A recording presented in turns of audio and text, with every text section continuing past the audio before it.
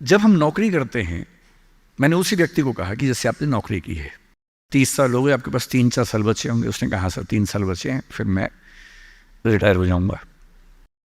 मैंने कहा आपने ज़िंदगी भर में, मेरे ख्याल से आपकी महीने की सैलरी आजकल शायद 1.5-2-2.5 लाख रुपए होगी। आपने ज़िंदगी भर में ठीक ठाक पैसा कमाया होगा, पर जितना भी कमाया होगा लगभग उतना खर्च भी हो गया होगा, क्योंकि खर्चे भी तो बढ़ते हैं ना परिवार के समय के साथ। बच्चे हैं, करियर है। बोले हाँ सर, कुछ बचता नहीं है, बस ये है कि काम चल जाता है। मैंने कहा अब 4 साल में रिटायर होंगे, आपने एक घर ज़रूर खरीद लिया होगा नोएडा वोएडा में।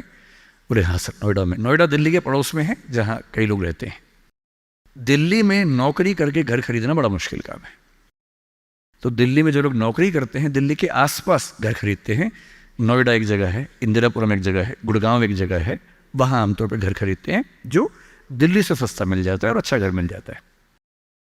मैंने कहा अब रिटायर हो जाएंगे, रिटायरमेंट के बाद कितने पैसे आपके पास होंगे, ज़िंदगी भर की बचत?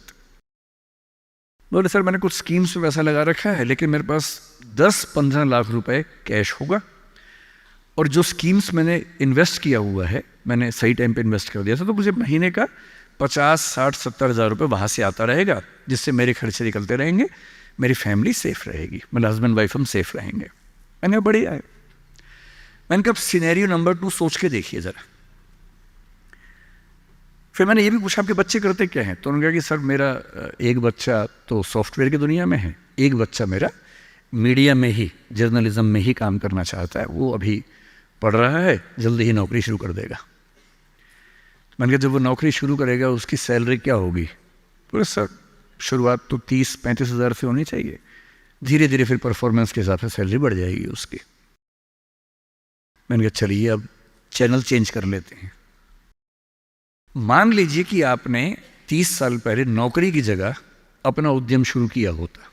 लेट अस एज्यूम, मैं जानता हूं कि अपना उद्यम करने में खतरा ज्यादा होता है, बहुत ज्यादा होता है।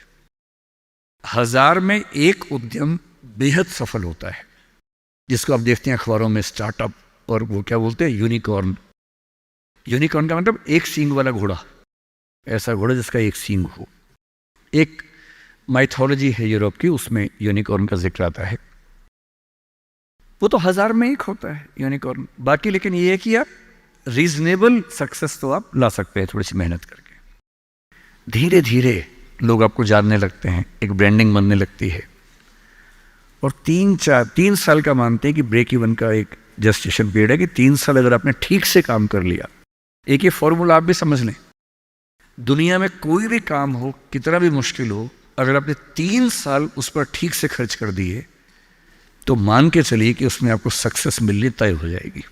3 साल का गोल्डन रूल है।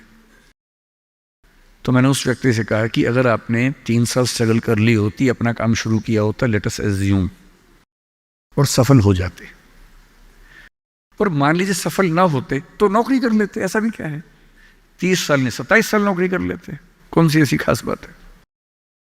और यदि आज आपका एक एम्पायर खड़ा हो जाता, अभी आप नौकरी करते हैं, उस समय शायद आप 500 लोगों को, 100 लोगों को, 1000 लोगों को नौकरी दे रहे होते।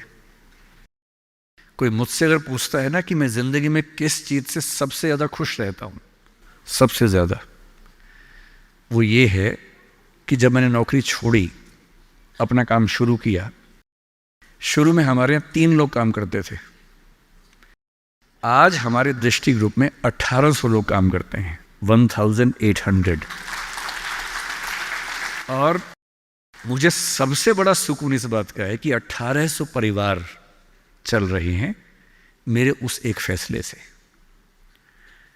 और यदि आप उद्यम करते हो, उनसे मैंने कहा, और एज्यूम करते हैं कि 30 साल की मेहनत के बाद आपका उद्यम जो है, आपकी अभी की सैलरी से शायद 50 गुना ज्यादा कमा रहा होता।